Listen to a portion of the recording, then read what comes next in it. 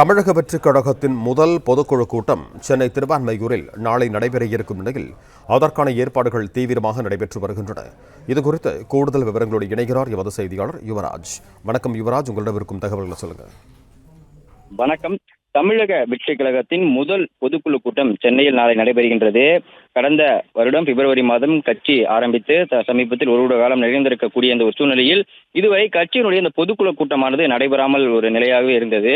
இந்நிலையில் முதல் பொதுக்குழு கூட்டம் நாளை சென்னையில் இருக்கக்கூடிய இந்த ராமச்சந்திரா கன்வென்ஷன் சென்டரில் நடைபெற இருக்கின்றது.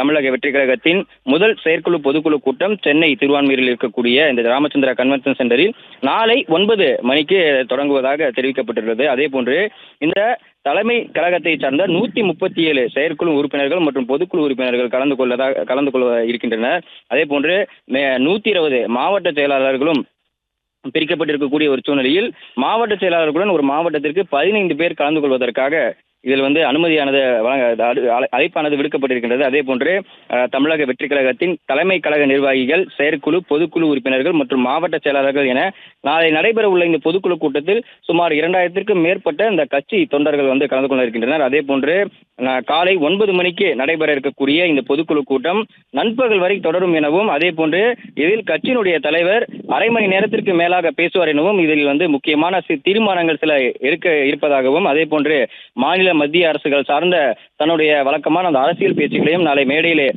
நிர்வாகிகள் முன்னாடியும், அதே போன்று பொதுக்குழு செயற்குழு நிர்வாகிகள் முன்னாடியும் இது தொடர்பாக விஜய் நாளை பேச இருக்கின்றார். அதே போன்று இந்த நிகழ்ச்சி தொடங்குவதற்கு முன்பாக கட்சியினுடைய தலைவரை வரவேற்பதற்காக கட்சி நிர்வாகிகள் சார்பில் மயிலாட்டம், ஒயிலாட்டம் போன்ற இந்த பாரம்பரிய நாட்டுப்புற கலைகளானது உற்சாக வரவேற்பதற்காக ஏற்பாடு செய்யப்பட்டிருக்கின்றது.